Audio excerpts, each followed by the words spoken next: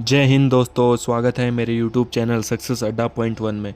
तो दोस्तों, आज की इस वीडियो में हम बात करने वाले हैं असम राइफल ट्रेनिंग के दौरान इंजरी हो जाए तो क्या होता है। ठीक है दोस्तों। तो दोस्तों चलिए शुरू करते हैं आज का ये वीडियो। आज के इस वीडियो में हम बात करने वाले हैं एक बहुत इम्पॉर्टेंट टॉपिक पर।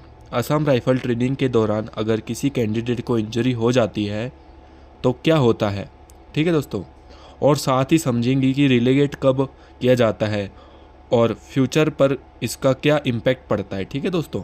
तो दोस्तों, अगर आप असम राइफल ज्वाइन करने का सपना देख रहे हो या ट्रेनिंग के लिए तैयारी कर रहे हो तो ये वीडियो आपके लिए बहुत यूज़फुल होने वाली है, इसीलिए वीडियो को एंड तक ज़रूर देखना। ठीक है दोस्तों। तो सबसे पहले पॉइंट हमारा ये है, ट्रेनिंग के दौरान इंजरी होना एक नॉर्मल चीज़ है। ठीक है दोस्तों, सबसे पहले ये समझना ज़रूरी है कि आर्मी या असम राइफ़ल की ट्रेनिंग बहुत टफ होती है। इसमें running, obstacle course, weapon training, field exercise सब कुछ इंक्लूड होता है। ठीक है। इसीलिए छोटी मोटी इंजरी होने का नॉर्मल बात होता है। ठीक है।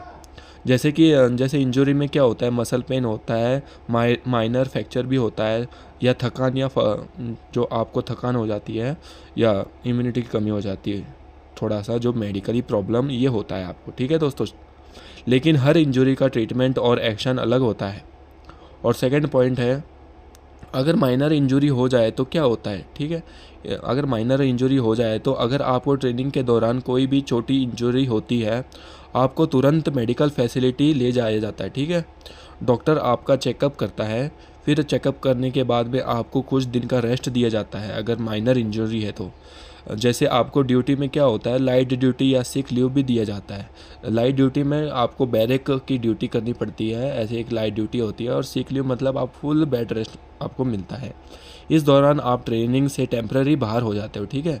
आपका आपका बैच कंटिन्यू रहता है। ठीक है। आपको बाहर नहीं किया जाता, आपका टेम्पररी आप थोड़ा सा बाहर रहते हो कुछ समय के लिए। आप वापस रिकवर होने के बाद ज्वाइन कर सकते हो। ठीक है दोस्तों। तो दोस्तों, थर्ड पॉइंट हमारा है, सीरियस इंजरी होने पर क्या होता है। ये हो गई हमारा जो माइनर इंजरी। अब सीरियस इंजरी हो जाए तो क्या होता है। अब बात करते हैं दोस्तों सीरियस इंजरी की। अगर किसी कैंडिडेट का फ्रैक्चर हो जाता है, लिगामेंट टियर हो जाता है, या कोई बड़ी मेडिकल प्रॉब्लम हो जाती है तो उस सिचुएशन में क्या किया जाता है। आपको प्रॉपर हॉस्पिटल ट्रीटमेंट दिया जाता है। ठीक है। आपको लॉन्ग रेस्ट दिया जाता है। डॉक्टर डिसाइड करते हैं कि आपकी ट्रेनिंग कंटिन्यू करनी है या नहीं करनी है। ठीक है दोस्तों। ये आपका होता है सीरियस इंजरी में। जैसे रिलीगेट क्या होता है। रिलीगेट आप सोच रहे होंगे ये रिलीगेट क्या होता है। रिलीगेट ये होता है अब सबसे इम्पोर्टेंट पॉइंट है रिलीगेट। रिलीगेट का मतलब होता है आपको करंट बैच से हटाकर नेक्स्ट बैच में भेज देना। जैसे आप 2026 के बैच में ट्रेनिंग कर रहे हो, अगर आपको इंजरी हो जाती है, सीरियस प्रॉब्लम हो जाती है मेडिकली, तो आपको क्या करते हैं, आपको रेस्ट दिया जाता है। फिर जो नेक्स्ट बैच आता है 2027 का, या कोई नेक्स्ट ट्रेनिंग स्टार्ट होती है 3-4-5 महीने बाद में, उस बैच में आपको ट्रेनिंग दी जाती है। तब तक आप क्या होता है, आपको रेस्ट दिया जाता है। अगर आप रेस्ट रिकवर हो भी गए तो आपको क्या है, ऐसे ही थोड़ी बहुत वर्किंग लगाई जाती है पूरे दिन। ठीक है दोस्तों। ये पनिशमेंट नहीं होता है बल्कि एक सेकंड चांस होता है। ठीक है। आपको कम से कम 3-4 चांस दिया जाता है मेडिकली।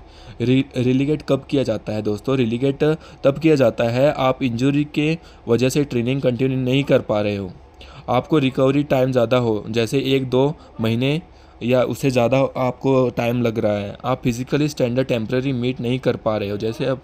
जैसे आपको रनिंग करना है लेकिन आपका क्या है, रनिंग नहीं कर पा रहे हो पैर से। ठीक है। मेडिकल ऑफिसर डिक्लेयर करता है कि आप फिट हो या नहीं हो। ठीक है। सिंपल लैंग्वेज में आपको बताता हूँ, जब आप अपना बैच के साथ साथ नहीं चलते तब रिलीगेट किया जाता है।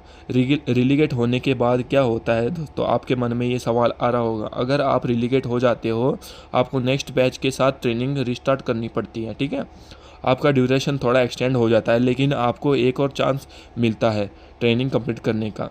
और सबसे अच्छी बात यह है, आपकी जॉब सेफ रहती है, बस आपको फिर से मेहनत करनी होती है। ठीक है दोस्तों, आपके मन में ये सवाल आ रहा होगा, क्या रिलीगेट होने से जॉब चली जाती है। नहीं दोस्तों, ये ऐसा नहीं होता। सिर्फ रिलीगेट होने से जॉब नहीं जाती, लेकिन अगर आप बार बार फेल हो जाओ या परमानेंटली मेडिकल अनफिट डिक्लेयर हो जाओ तो फिर आपको ट्रेनिंग से डिस्चार्ज किया जा सकता है। ठीक है, डिस्चार्ज कब होता है? डिस्चार्ज तब होता है जब कैंडिडेट परमानेंटली अनफिट हो जाए, ठीक है, रिकवरी पॉसिबल ना हो, या कैंडिडेट ट्रेनिंग और स्टैंडर्ड मीट नहीं कर पा रहा है, इसलिए आपको परमानेंटली डिस्चार्ज कर दिया जाता है। इस केस में असम राइफल ज्वाइन नहीं कर पाते। ठीक है, इंपॉर्टेंट बात है, अगर आप इंजरी से बचना चाहते हो तो ट्रेनिंग से पहले प्रॉपर वार्म अप करो, रनिंग ग्रेजुअली बढ़ाओ। ठीक है दोस्तों, अच्छा शूज़ यूज़ करो, बॉडी को मतलब क्या है थोड़ा पहले गर्म करो, फिर आप रनिंग स्पीड कर सकते हो। प्रॉपर डाइट और हाइड्रेशन मेंटेन करो। ठीक है दोस्तों, तो दोस्तों आज हमने जाना कि ट्रेनिंग के दौरान इंजरी होना नॉर्मल है।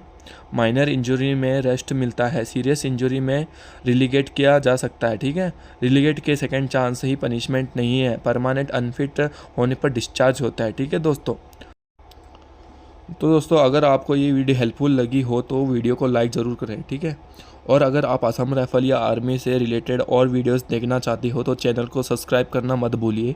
मिलते हैं नेक्स्ट वीडियो में, तब तक जय हिंद।